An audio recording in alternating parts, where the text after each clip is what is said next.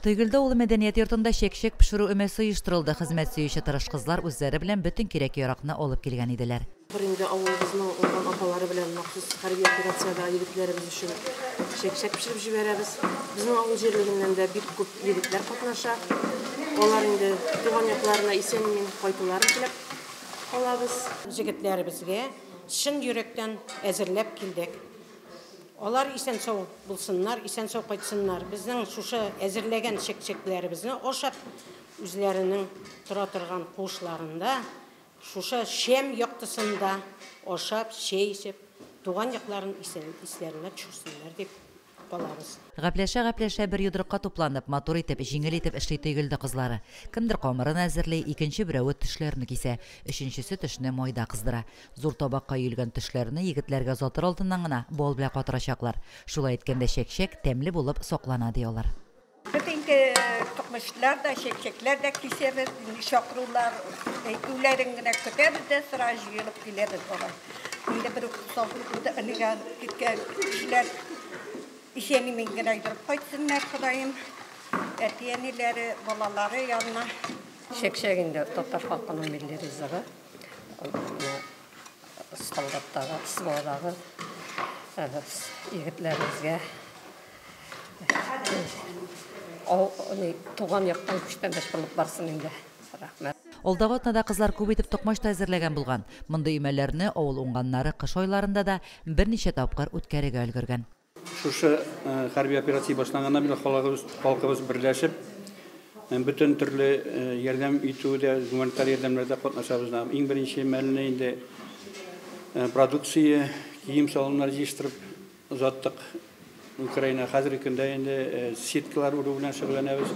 Кызларыбыз шек-шек пешерә, токмаш басып кисәләр, һәм дә инде шушы гуманитарный помощь киткән чагында үзебезнең җирлегебездән, үзебезнең Бәләкәй olsa өлешебезне җиңүгә булган эшебезне кертергә тырышабыз. Авыл халкының бердәмлеге күзгә ташлана. Кемдер банкасы белән бал, кемдер кумбагыш мае китерә.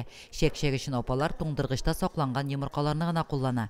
Икенче авылында госпитальдагы егетләр өчен махсус күлмәкләр тегү эше бүген дә дәвам итә. Махсус хәрби операциядә бүген илебез киләчәге хәл ителә.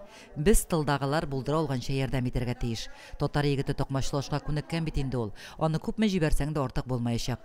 Ташлыяр авылының уңган хатын-кызлары махсус хәрби операциядә катнашучы егетләргә дип 3 тапкыр токмаш кисеп җибәргән. 300 дәне окоп шәм ясаганнар. Безнең авылда бүгенге көндә инде бер егетебез хезмәт итә, махсус хәрби операциядә. Тагын үзебезнең авылдан чыккан 2 егетебез бар. Шушы махсус хәрби операция башлангач инде без иң беренчеләрдән булып инде киткән егетләребезгә ярдәм күрсәттек. Бүгенге көндә инде безнең инде токмаш кисү, шулай ук шәмнәр ясадык без, һәм менә бүгенге көндә сетка уру бара. Токмашны инде без беренче тапкыр кистек, үзебезнең авылдан барган егетләргә дә җибәрдек. Менә без көн сайын иртән менә шулай иртән кичен солдатларга ярдәм булсын дип эшлибез инде. Киләбез, монда бер кешене мәҗбүри китермиләр. Һәркем үз теләге белән килә. Кемнең шушындай якты, матур дөньяларда яшәп ничек инде булышмыйсың. Без кич белән 20-22 кеше була. Укытучылар бик күп йөри. Барсы да үзләре теләп йөриләр, бер кешене заставлять итмиләр. Бөтен тырышлыкны эшкә җигеп, 10 дәнә маскировка шелтәре дә үреп узатканнар. Барысы да авыл халкы ярдәме белән эшләнә. Бу эшләрдә һәркем актив катнаша. Без барганда олы яшьтәге апалар да, яшьләр дә күңелләреннән изге теләк теләп, дуга укып, солдатларга дошманнан саклану сеткаларын тегү белән мәшгуль иделәр. Сетканы үрергә Метрейгә барып, безнең кызлар, берничә кыз барып, мастер-класс карап кайттылар, шунда өйрәнеп кайттылар. Аннан соң безгә өйрәттеләр инде. Шулай иттереп, менә көндә шулай иттереп сетка үрергә йөрибез без. Сетканы үрә башлаганчы башта волонтер Сонияга чыктык. Сония безгә ярдәм итеп менә бу материалларны бирде, сеткаларны без Метрейгә барып алдык Әнвәрдән.